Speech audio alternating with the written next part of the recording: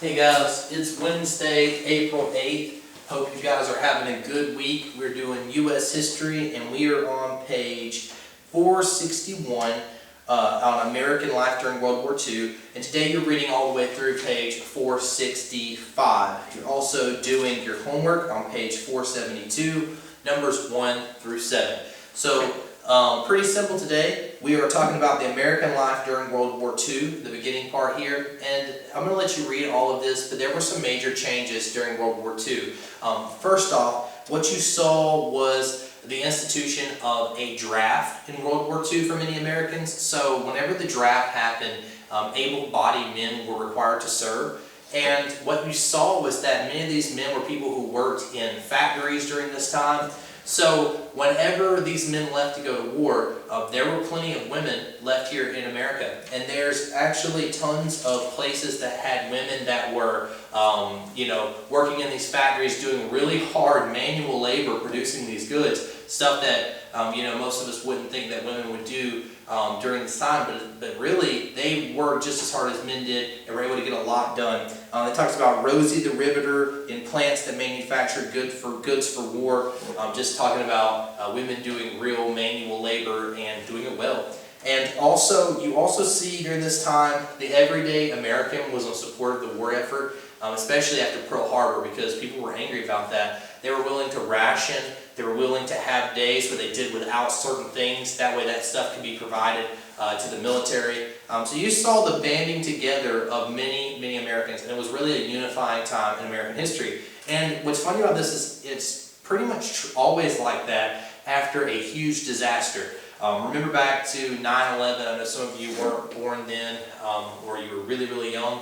But whenever you go back to 9/11, I remember it like it was yesterday. After 9/11, people were so unified in the year after 9/11, but how quickly people forget. And now America's really divided. But even after Pearl Harbor, people were really united for a while.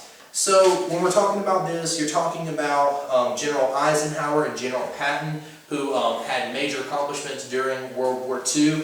They're very important to read about. You're also going to be reading about D-Day, which is June 6, 1944. It says the beginning of the end for World War II in Europe came on D-Day, June 6, 1944, when Supreme Commander Dwight D. Eisenhower's American, British, Canadian, and Free French troops hit the beach in Normandy. After securing the beachhead, the Allies broke through at Saint-Lô on July 19th and at Avranches on July 31st and raced across France, led by General Patton's American Third Army.